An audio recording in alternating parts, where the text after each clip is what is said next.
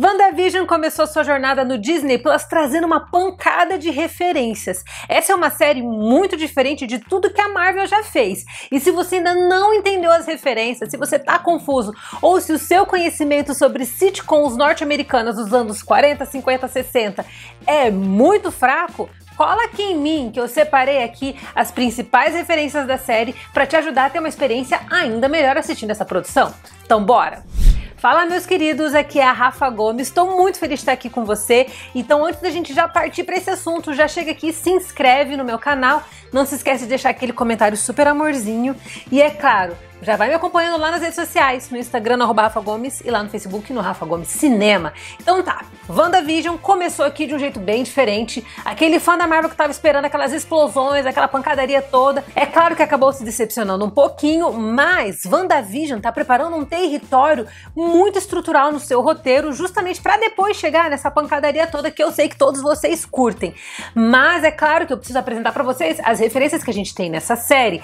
E a série já começa no seu primeiro episódio fazendo referências muito claras a uma das mais populares sitcoms da história da televisão e que foi a série responsável por não apenas definir o que é uma produção televisionada, mas também a série responsável para poder trazer tudo o que hoje nós temos em se tratando de séries de TV. Eu estou falando de I Love Lucy, essa produção que foi estrelada pela Lucille Ball, que é uma comediante aclamadíssima que até hoje se tornou um ícone da cultura pop, reverenciado ao redor do mundo. Nessa produção a gente acompanha a Lucy com seu esposo, que é o Ricky Ricardo, que é um músico cubano, e aqui a gente vai vendo que quanto mais a Lucy tenta ajudar na carreira profissional do seu esposo, em mais confusões ela acaba se metendo. E a gente vê uma dinâmica relacional entre eles que é extremamente apaixonante, que são duas pessoas que são muito distintas, mas que também se completam demais. E a cada nova confusão, é claro que o amor deles acaba sendo ainda mais fortalecido e também rende boas risadas, uma comédia que é uma comédia obviamente muito leve e voltada para o público familiar, mas que tem todo um valor especial e que ainda traz algumas piadinhas ali, ó, com segundas intenções e até mesmo com algumas mensagenzinhas diferenciadas. É aquela coisa, é um humor limpo, mas é um humor que sabe flertar também com outros conteúdos que obviamente não seriam tão abertos assim para o público geral. E a gente vê que WandaVision faz isso logo de cara no seu primeiro episódio. Essa é uma série que é voltada para o público em geral também, então é claro que ela tem uma classificação mais leve, como as produções do MCU possuem também, né? Aqui as produções caminham no mesmo patamar para que todo mundo consiga acompanhar, só que a gente consegue perceber que algumas piadas de WandaVision tem, é claro, uma mensagem subliminar. Eu não diria mensagem subliminar porque não é nada bizarro, macabro, não. Mas aqui a gente vê, por exemplo, a própria Wanda conversando sobre uma suposta comemoração do seu aniversário de casamento. E ela quer, obviamente, preparar algo especial para o seu esposo. Aqui a gente está falando de uma relação a dois entre um casal, obviamente, vocês sabem o que eu quero dizer. E é claro que aqui ela não vai falar tecnicamente com todas as letras o que significa essa relação a dois, mas a gente sabe por meio de algumas piadinhas que são piadinhas limpas que é exatamente isso que ambos estão comunicando.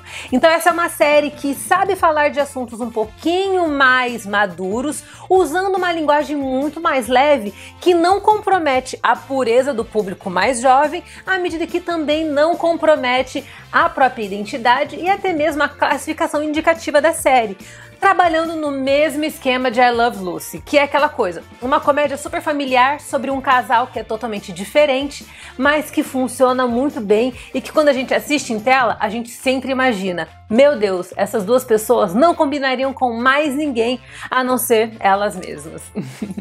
Mas é claro que I Love Lucy não é a única referência que a gente tem aqui em WandaVision, porque a série, como uma série que está fazendo uma homenagem grandiosa à era de ouro da televisão norte-americana, também está fazendo uma homenagem à própria série A Feiticeira. E a abertura do segundo episódio da série é uma abertura que é quase ipsis literis à la A Feiticeira. A gente tem aqui uma abertura que começa no mesmo esquema de A Feiticeira, obviamente que ela vai se desenvolvendo de uma forma um pouquinho mais autoral, mas essa introdução ela é referência direta a essa clássica série também dos anos 60, que foi um grandioso sucesso e acompanhava esse peculiar casal em que a gente tinha essa mulher que era uma feiticeira e que tinha que controlar os seus poderes e tentar levar uma vida normal.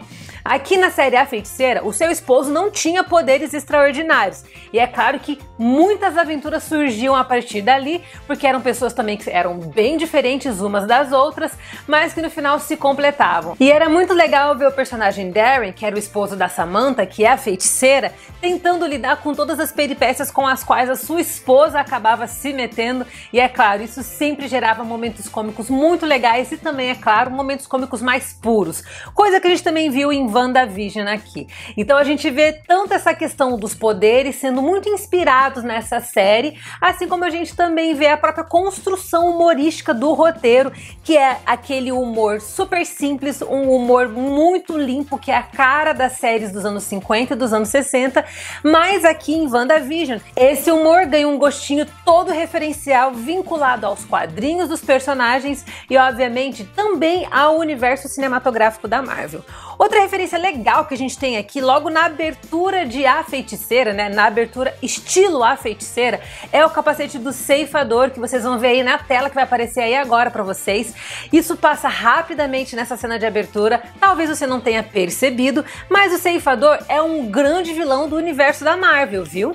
Nos quadrinhos, o ceifador é aqui o Eric Williams, que é o irmão do Vingador Simon Williams, cujo nome heróico é Magnum.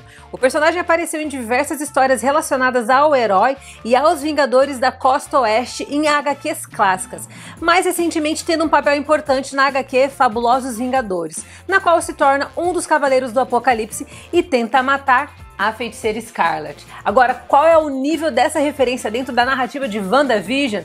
Isso continua como uma interrogação, mas se o capacete do ceifador apareceu ali, então é claro que a Marvel não dá ponto sem nó.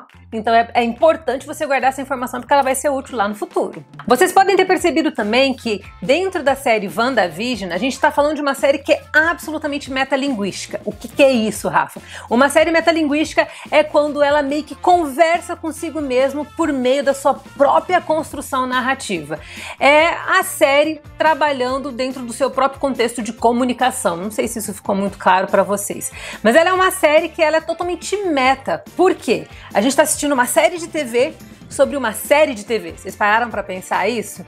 Isso é, de uma forma super simples, metalinguagem. E aqui a gente já percebe que, teoricamente, principalmente a contar pelo final do primeiro episódio, a Wanda e o Visão estão presos dentro de um programa de televisão. E como a gente já pôde perceber também pelos trailers e pelos teasers que foram lançados ao longo de 2020 e até mesmo no início de 2021, eles vão ficar presos em vários tipos de programas de TV. A gente já passou aqui por uma pegada de I Love Lucy e A Feiticeira, e a contar pelo que a gente já assistiu, vai ter também referências a séries dos anos 70, anos 80 e anos 90 também.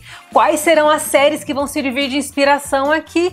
Algumas a gente já sabe, como 30 Rock e até mesmo Friends, mas é claro que isso vai ficar muito mais claro quando os episódios forem lançados. E por ser uma série que é metalinguística, a gente vê aqui então que quando a série se introduz para nós, é como se a gente estivesse ligando a TV nos anos 50 ou nos anos 60 para assistir uma série de uma mulher chamada Wanda e de um homem chamado Visão. E como a gente está tendo essa experiência extremamente metalinguística, durante o episódio vocês perceberam que a gente tem comerciais de TV, né? A gente teve um comercial de TV no meio do episódio. No primeiro episódio, o comercial de TV era de uma torradeira Master Blaster 2000 que pertencia a qual empresa? Stark Industries, exatamente. A empresa que pertence à família do Tony Stark, que eventualmente o próprio Tony Stark acaba herdando do seu pai. E já no segundo episódio, a gente tem o comercial de um relógio chamado relógio Strucker. Essa referência é uma referência importante você guardar, porque esse relógio chamado Strucker tem a logo da Hydra, que é uma organização terrorista muito conhecida nos quadrinhos da Marvel. E é importante ressaltar que o Barry Wolfgang von Strucker é o cara responsável, o cientista maléfico responsável por desenvolver os poderes da Wanda e, é claro, por colocá-la contra os Vingadores no filme A Era de Ultron. Perceberam a conexão aí agora? Então é importante você ficar com essa informação ali guardadinha, porque a gente sabe que quando se trata da Hydra, tem sempre muita coisa aí que pode sair dali de dentro, viu? Outra referência importante para você ficar de olho também, como a gente pôde perceber lá no segundo episódio, a gente viu ali que em uma determinada cena a Wanda consegue retirar ali no meio dos arbustos um pequeno helicóptero que tá colorido. A gente tá dentro de uma série que se passa toda em preto e branco até então, mas a gente tem aquele helicóptero que se destaca esteticamente com uma fotografia lindíssima, obviamente, que é um helicóptero vermelho. Sabe da onde vem essa referência estilística? Vem de um dos filmes que eu mais amo e de um dos filmes com o qual eu cresci durante a minha vida inteira e que até hoje eu assisto sempre que eu posso. Estou falando de Pleasantville, que em português foi traduzido para A Vida em Preto e Branco. Essa produção é estrelada por um elenco grandioso que conta com o Paul Walker, mas que traz como protagonista aqui, ó, o Tobey Maguire, nosso primeiro Homem-Aranha em versão live action, e também a Reese Witherspoon, que depois eventualmente acabou se tornando um ícone também do cinema, né? Os dois atores conseguiram construir carreiras bem sólidas. E nessa produção, A Vida em Preto e Branco, a gente vê aqui dois irmãos que vão parar dentro de uma série de TV dos anos 60, anos 50, anos 60. E ali eles ficam presos dentro dessa série de TV, começam a viver nessa mesma atmosfera da série de TV, algo muito parecido, obviamente, com o que a gente está vendo em WandaVision.